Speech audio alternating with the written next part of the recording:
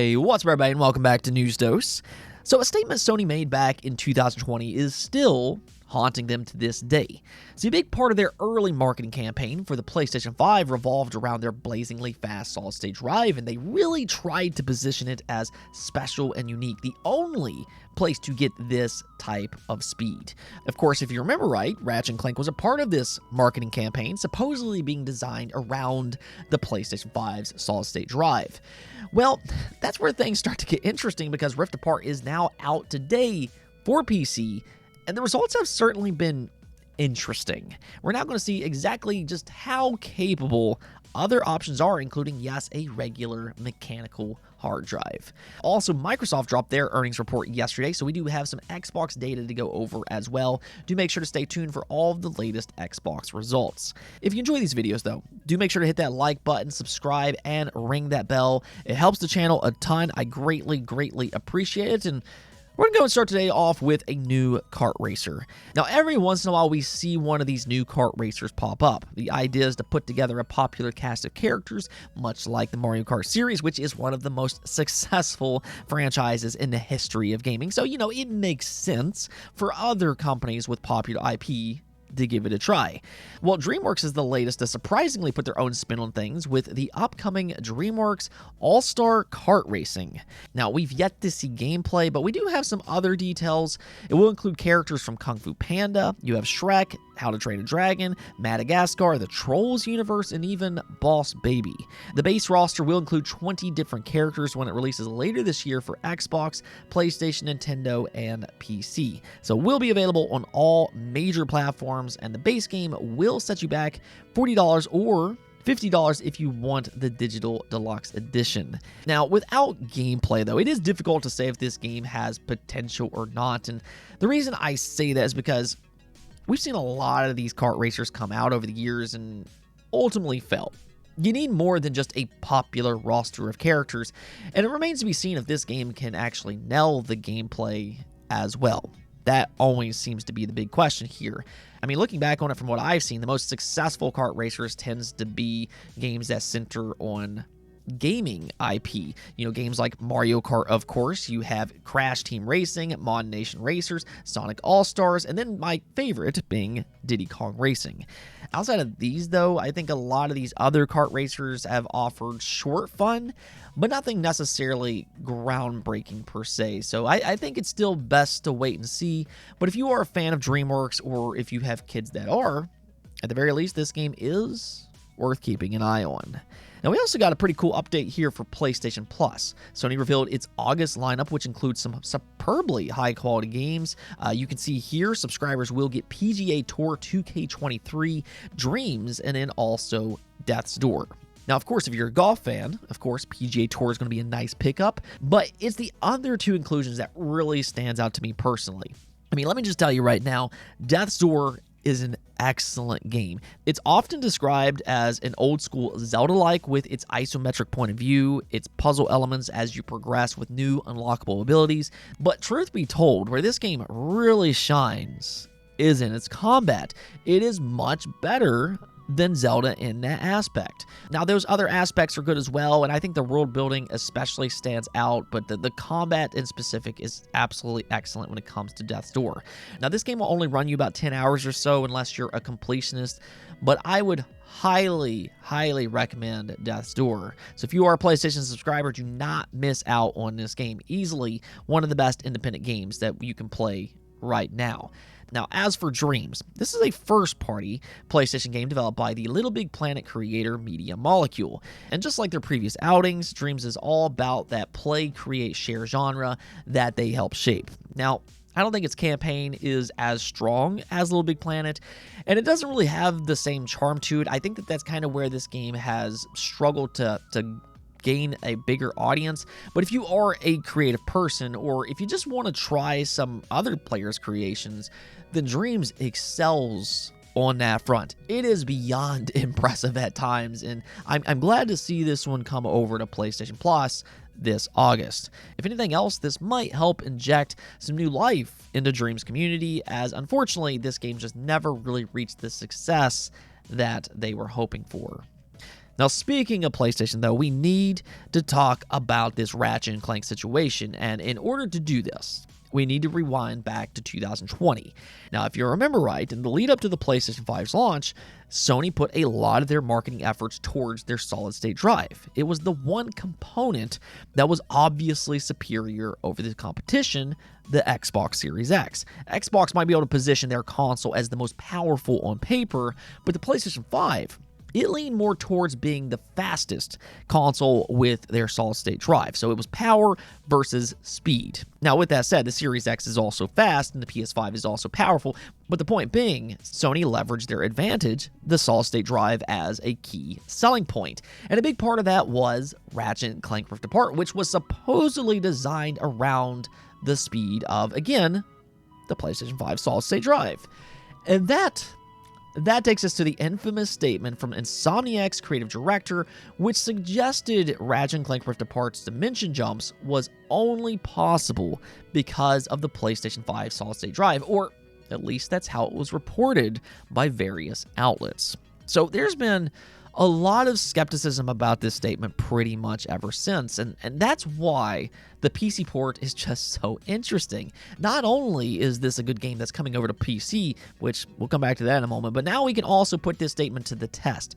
Was it true, or was it just marketing material for the PlayStation 5? And, well, the results have been interesting.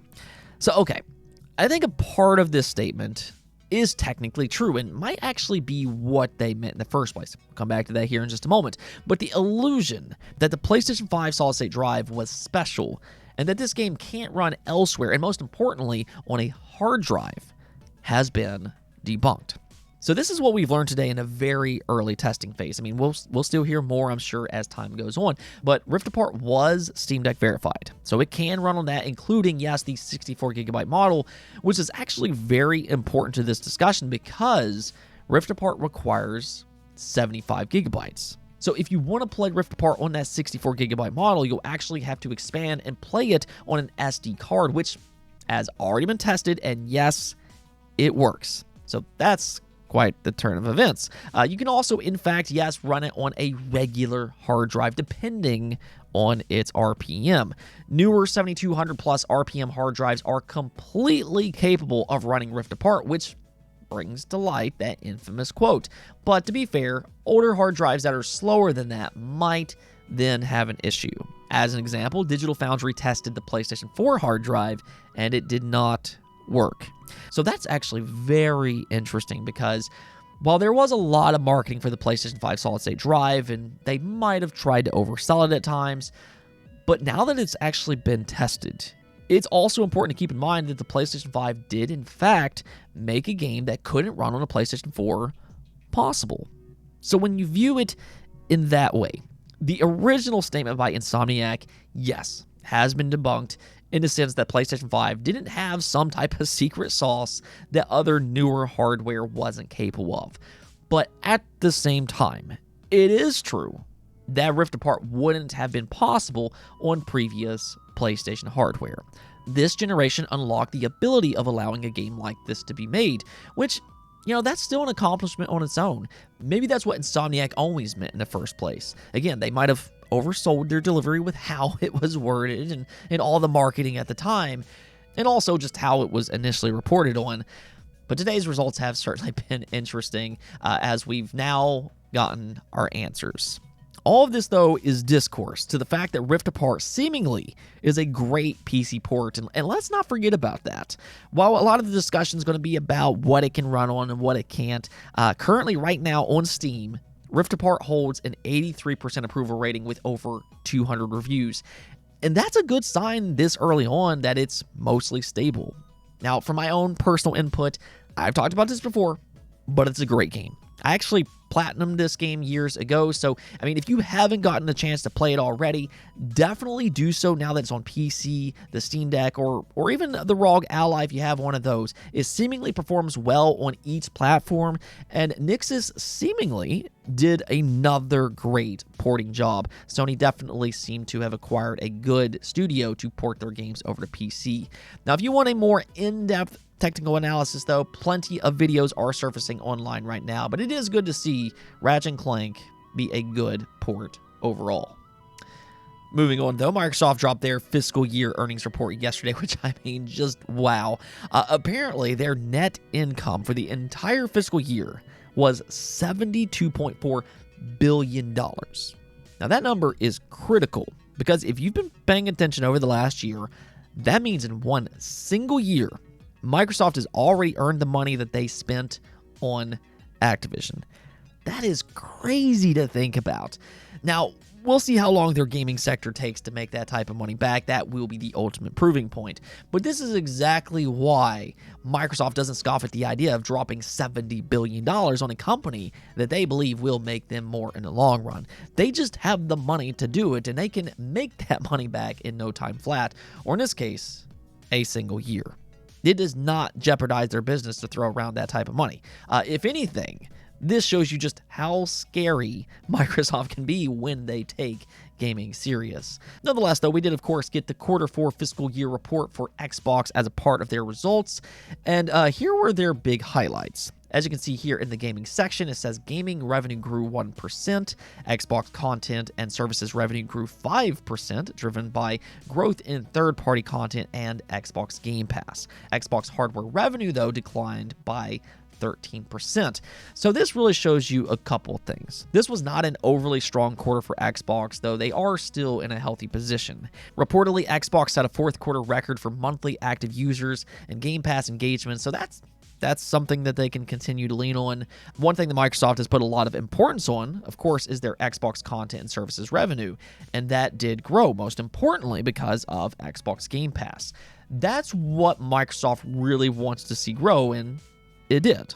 Now, unfortunately, though, it doesn't seem to be growing at the rate that they want it to be, as they wanted to see a double-digit percentage rise, but I don't really find the results here surprising at all. They actually blamed it on weak first-party and third-party performance, but the truth is, it's first-party, and as we're all very aware of, Xbox did not have a great first-party lineup last year. They did release some top-tier, high-quality games like Grounded, Hi-Fi Rush, and Pentiment. Those are all absolutely fantastic, but what they're still lacking is a big blockbuster hit, and Redfall was not that game. Far from it, actually. So when I see a 5% rise despite all that, I'd say that this is actually pretty good, all things considered, and that speaks volumes to what could happen as they start to release their bigger games like Starfield, Fable, Hellblade, Forza, and even Call of Duty here sometime soon if that acquisition goes through. That's when you should really start to expect to see those double-digit increases year over year. Game Pass could absolutely explode with the addition of these games, especially Call of Duty.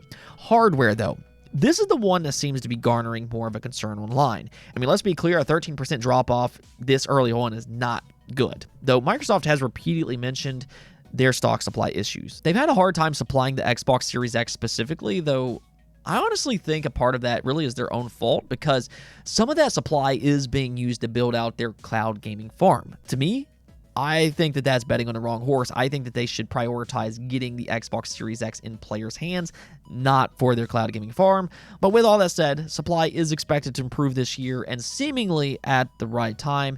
Again, if they improve supply and acquire Activision at the same time, as we're already seeing with the revival of older Call of Duty games on Xbox, this could have a major impact on not only their subscriptions going forward, but also with their hardware. Xbox really could become the place to play games like Call of Duty, Diablo 4, and their various other popular franchises. Overall, though, not a super strong quarter for Xbox, but not necessarily terrible either. They definitely still need to improve, but with a better lineup for their next fiscal year, and with Activision possibly coming under their belt, we should theoretically see a much stronger year going forward.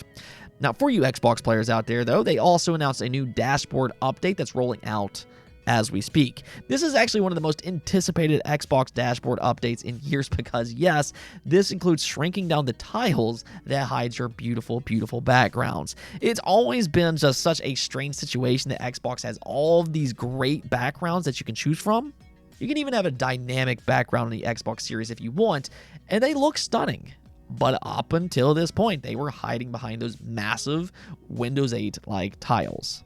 Well, in this update, though, they did tone that back a little bit. They shrank those down among various other things. They emphasize this update is designed around community requests, which includes making it easier to navigate to your library, its store, Game Pass, and all that. You can also add the option to change your background based on the game that you're currently playing. They're attempting to improve game discovery by introducing a curated list of games personally for you. They're going to allow you to pin your favorite games, curated groups, and things like that on your home, and they're even going to show you what media apps and content are available to you via a watch and listen spotlight and list of entertainment apps. So yeah, this is one of the biggest Xbox updates in years, and if you do notice a big change in how your homepage looks on Xbox, don't be surprised. It's normal. Let's go take a look at the poll of the day, though. We're asked you all, if Microsoft completes the Activision acquisition, should they finally try to make an Xbox kart racer and a platform fighter? I mean, this has been talked about for years and years, and you can see why. Fans are salivating over the idea of this. 72% of you combined wants this to happen, with 61% of you saying make both, while 22% of you said you don't like this idea. So the vast majority wants this to happen, and we are maybe one step closer to this being an actual reality after years and years of dreaming. Activision does have Toys for Bob, and well, they did make that Crash Team Racing remake, so they actually do have the experience to work on an Xbox kart racing game, and why not? If DreamWorks can make a kart racer, why not Xbox? And I think it has even more potential for gamers. They would have just so many characters at their disposal. There's Master Chief, you have Ori, Banjo, Conker, the entire Killer Instinct cast. You have Joanna Dark, Marcus Phoenix from Gears of War, Doomslayer, the Skyrim guy, Spyro, and the list just kind of goes on and on and on. They could easily make a kart racer if they wanted to with their experience in all of these different franchises. However, in a more immediate future, something that I could see happening is they do have Crash Team Rumble, and even with that, they could technically add some Xbox and Bethesda characters to that as well if they wanted to. Now, I still think that they should make that game free to play. I don't think it's performing all that well as of this moment, but, you know, an Xbox Game Pass inclusion will certainly help with that game as well. Anyways, though, that's it for this episode, but if you like the video, don't forget to bell notification and subscribe button for more content just like this. Also, if you'd like to support the channel through Patreon, thank you for making this content possible. Peace out.